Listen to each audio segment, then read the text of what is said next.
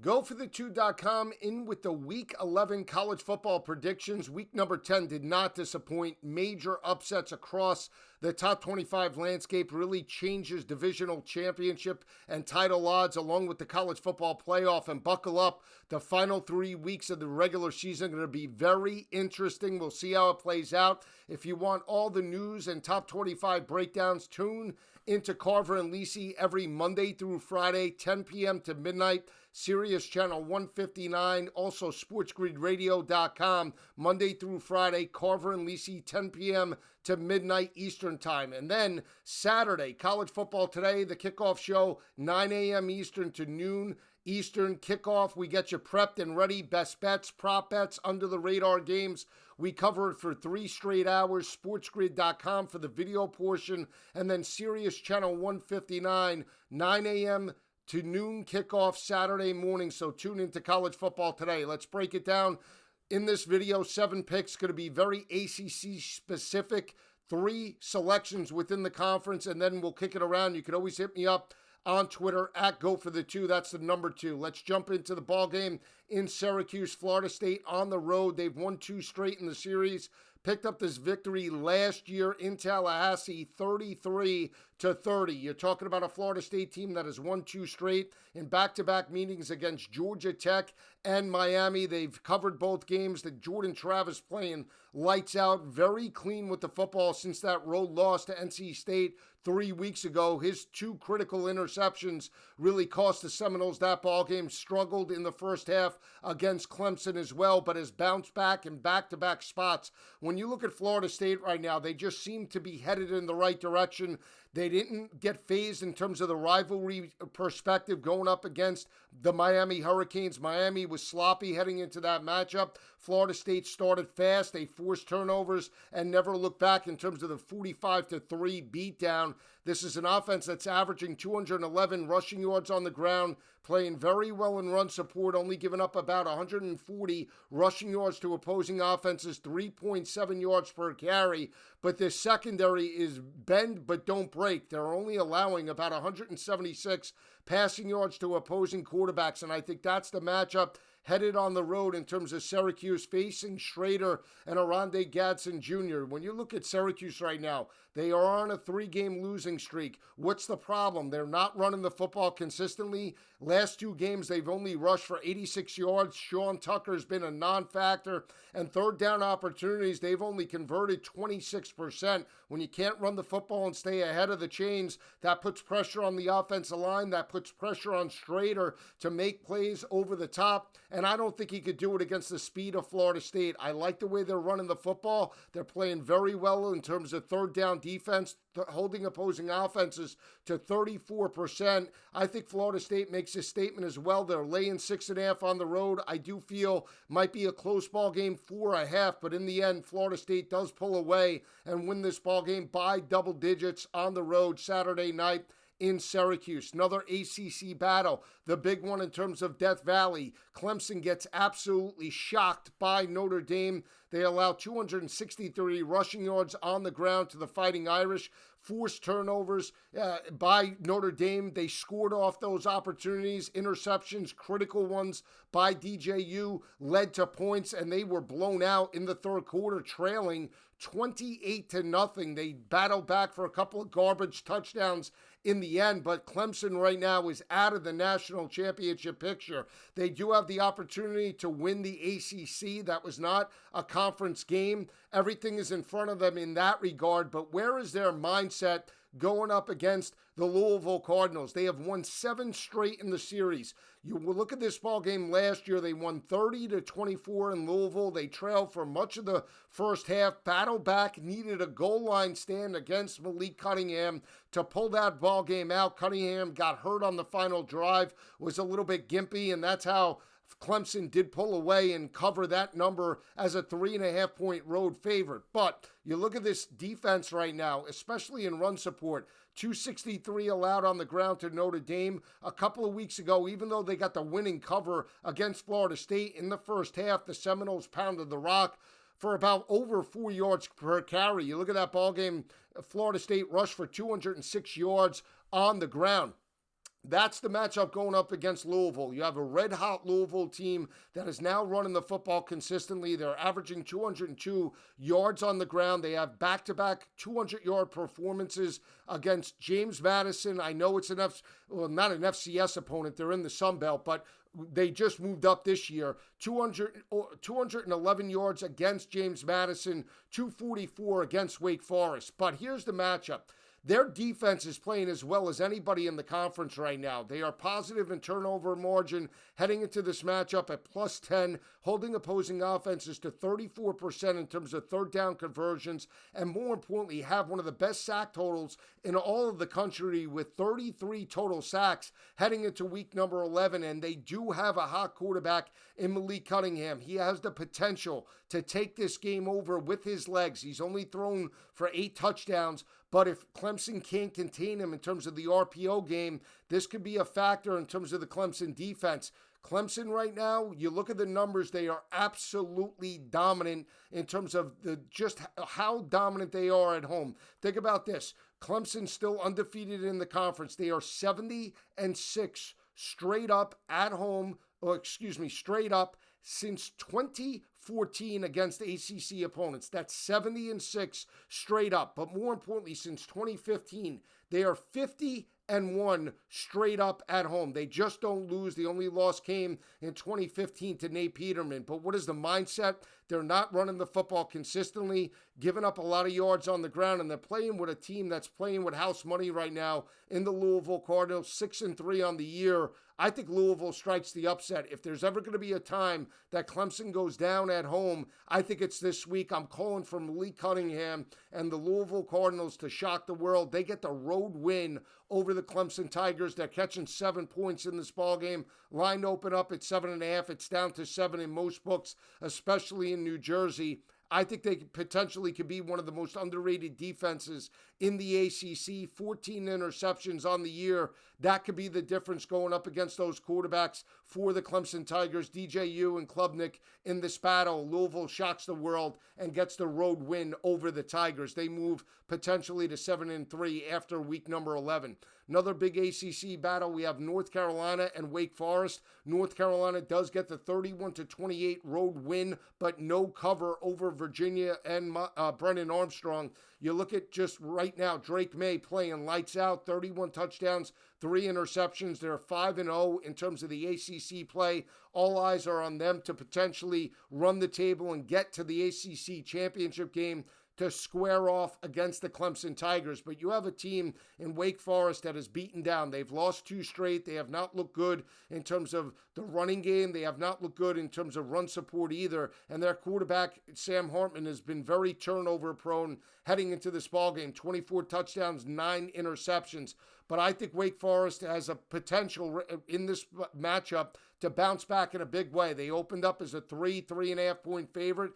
This game last year went right down to the wire. Actually, North Carolina gave Sam Hartman and Wake Forest their first loss on the year in Chapel Hill. I think they pay it back this year in terms of the home game in Winston-Salem. They're averaging 180 rushing yards on the ground right now in terms of Wake Forest. That's the weakness right now of North Carolina. They gave up 186 yards to Brennan Armstrong and the Virginia Cavaliers. This game could go down to the wire, but I still like Wake Forest. I like Clawson playing at home in this spot. I think they bounce back in a big way and do win this ball game by double digits. Might be a 3-point game heading into the fourth quarter, but I think it's the consistency of the running game and Sam Hartman playing at home. I also believe that Wake Forest has the better defense heading into this matchup. Not sold in terms of North Carolina's front seven, and I'm not sold on their secondary as a whole. Sam Hartman exposes them in this matchup and does get the cover over the North Carolina Tar Heels. Big battle taking place in the Pac-12. Oregon and Washington. It's a rivalry game. Oregon's won 3 straight in the series. They have about a 23-24 game home winning streak. We know about the road Bo Nix versus the home Bo Nix. They dominated Colorado last week on the road. This is an offense right now led by offensive coordinator Kenny Dillingham that's averaging around 215 rushing yards per game. Bo Nix playing lights out, completing well over 63% of his passes, and the front seven of Oregon has come on in recent weeks. They're holding opposing offenses to right in the area of about 48% of third down conversions. That is down from 50% when they had that game a couple weeks ago against UCLA and DTR. Dorian Thompson-Robinson, they forced them to methodically work down the field. They took the running game out of that matchup because they were able to jump up early. But this is a different animal in terms of Washington. First of all, it's one of the most underrated rivalries in all of college football. These teams absolutely hate each other, and I'm not sold that Bo Nix is the best quarterback in this matchup. On paper, yes, he's a Heisman Trophy dark horse, but Michael Penix and this offense right now are still putting up numbers. They're averaging 371 passing yards per game. They're converting 54% of their third down opportunities. And Washington's front seven, even though they gave up a lot of yards in the first half against Oregon State on Friday night, they made adjustments. They buckled up. They're only giving up about 117 rushing yards to opposing offenses. I think that's the difference to keep them within this 13.5 point number. They don't have to win. They just have to lose less than 13 points. I think they could do that. I think this is a last possession type of matchup. Maybe Oregon wins it. Maybe they don't. But I like Washington on the road in Eugene plus the points against the Ducks. I think they push Bo Nix to the limit in this coming matchup. I think Penix puts up some numbers as well, potentially a 400-yard day going up against that secondary for Oregon. I like Washington with the points in this ballgame. SEC battle, a battle of garbage teams. No, I'm not talking about Alabama and Ole Miss, that battle in Oxford. We'll break that down as the week progresses on Carver and Lisi and college football today. But we're talking about the garbage bowl in terms of the SEC West, teams that have lost both 5 straight games, Texas A&M and Auburn. I was on Auburn last week catching the 12.5 with Cadillac Williams. I mean, you got to give credit to Cadillac. They trailed in the first half by 21 points for the most part. They battled back in a big way. They made adjustments. They send the game to overtime, and they lose it on a last second touchdown, 39-33 to Kevin Marks in Mississippi State. A gutty effort by the rushing attack of Tank Bigsby. They rushed for 265 yards on the ground. But the passing game is where I have concerns going up against Jimbo Fisher. And when we look at this matchup, you have Texas A&M that has lost 5 straight. Auburn has lost 5 straight. They were up for Cadillac last week on the road. They lose in overtime. What's the emotional mindset, even though they're playing at home for Auburn right now? You look at this ball game last year, Texas A&M did win 20-3. But I still think they have the better passing attack, averaging 240 passing yards through the air, whether it be Haynes King or Weidman in this matchup. I still like the passing attack of Texas A&M going on the road. You look at Robbie Ashford last week, 7 of 22 for 85 yards. That's not going to get it done. The strength of A&M is still the secondary, giving up 176 yards passing to opposing quarterbacks. I think they can force some turnovers if Auburn decides to throw the football. Both offenses want to run it. Both teams are giving up a chunk of yards on the ground. Which team can run it and which defense can force turnovers? I think it's A&M. I think they bounce back in a big way.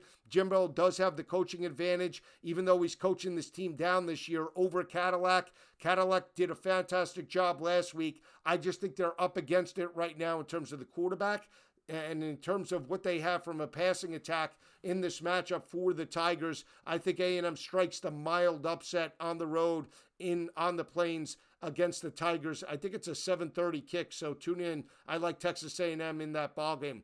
The other big battle is LSU and Arkansas. You look at this ballgame, last 2 games have been decided by a total of 6 points. Arkansas got this victory last year, 16-13. Remember, that was the game Nussmeier stepped in for Max Johnson. The game went into overtime. Nussmeier throws the interception. KJ Jefferson and the offense score in overtime, lights out, and that was the ballgame. It was a very close, low-scoring, ugly type of game. But you have an offense right now in terms of Jaden Daniels and LSU that is just hitting on all cylinders. They have won 3 straight. The offense, in terms of the last 3 games, has converted 54% of their third down opportunities. The offensive line is getting a push. They're running the football more consistently with Williams and John Emery. And more importantly, the front seven for LSU is playing as well as anybody within the conference right now, holding opposing offenses during the 3-game winning streak to just 34% of their third down opportunities. They forced critical turnovers against Bryce Young last week, and more importantly, did not give up touchdowns inside the red zone. On the flip side, we had a quarterback in KJ Jefferson that struggled against a Liberty secondary last week that had only allowed 9 passing touchdowns all year, and more importantly, were holding opposing offenses right in the area of about 50% completion percentage. LSU right now, they gave up some big chunk plays to Bryce Young, but in the end, they did not allow enough plays to give up the victory. Brian Kelly rolled the dice. It was a great call, and they got the monumental upset. I understand there's the potential for the letdown. It's a rivalry game. These teams typically play very close games, but LSU has everything in front of them.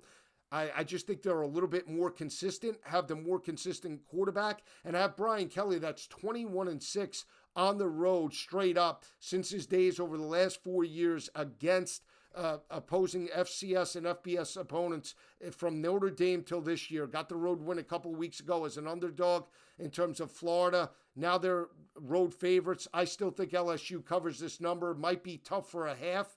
Maybe they start a little bit slow, but in the end, I like the defense of LSU against KJ Jefferson. I also think Kayshon Boutte, Jaray Jenkins, and Neighbors, in terms of the passing game of LSU, are able to challenge one of the worst passing defenses in all of college football. Jonathan Bennett, the fourth stringer, did have success in the second half against the Arkansas defense. Arkansas had some arrests after the loss on Saturday night. How does that affect the mindset of the team? One of them was a key role player in terms of junior defensive back. That could potentially hurt nickel formations. So we'll see how it plays out. I'm just going with the more consistent team in terms of the LSU Tigers. They take one step closer to the SEC championship and cover the 3-point number in Fayetteville. Last ball game, Maryland, Penn State. Maryland two years ago actually got the victory 35 to, I think it was 19 or 16. They jumped out 35-0. Never looked back. That was in the COVID year. Last year, Penn State abused them over the top. Jahan Dotson had a big day. It was a 31-14 win in cover for the Penn State Nittany Lions. They got the win last week in Bloomington. Absolutely dominated Indiana on the ground, through the air, covered that number. They were laying 13.5. You look at the flip side, Maryland played well, I want to say, from a defensive perspective against Wisconsin, but still lost 23-10, did not get the road cover. I think they were catching 6.5 in that ball game against the Badgers. But bottom line, Maryland right now playing with house money. They're 6-3 overall. They're bowl eligible. Their defensive front seven giving up 3.7 yards per carry, but against the better offenses like Michigan and Wisconsin, run-heavy offenses, they've allowed well over 200. But again, they only lost to 7 on the road in Michigan. They lost by 13 on the road in Madison. Now they're catching 11.5 to Penn State. I'm not saying Penn State loses, but I think this is a 4-quarter game. I think Talia's able to step up. I think Maryland's able to throw on that secondary. And again, the fact that they won 2 years ago, I just think that this is a bowl type of atmosphere for Maryland. I think they cover this 11.5 point number Saturday afternoon in Happy Valley. Keep in mind that Penn State right now, when you just look at the numbers for Penn State entering this year, they were 33-7 straight up. They were 38-7 before the Ohio State game. They are 38-8 straight up since 2016. They might win, but I think Maryland gets the cover. So there's the picks for this coming weekend. We'll start in the ACC. Florida State minus the 6.5. We're going Louisville plus the 7. Wake Forest minus the 3.5. Washington plus the 13.5. A&M plus the 1.5, LSU minus the 3, and Maryland plus the 11.5. I'll see you on Saturday. Have a great week, everyone.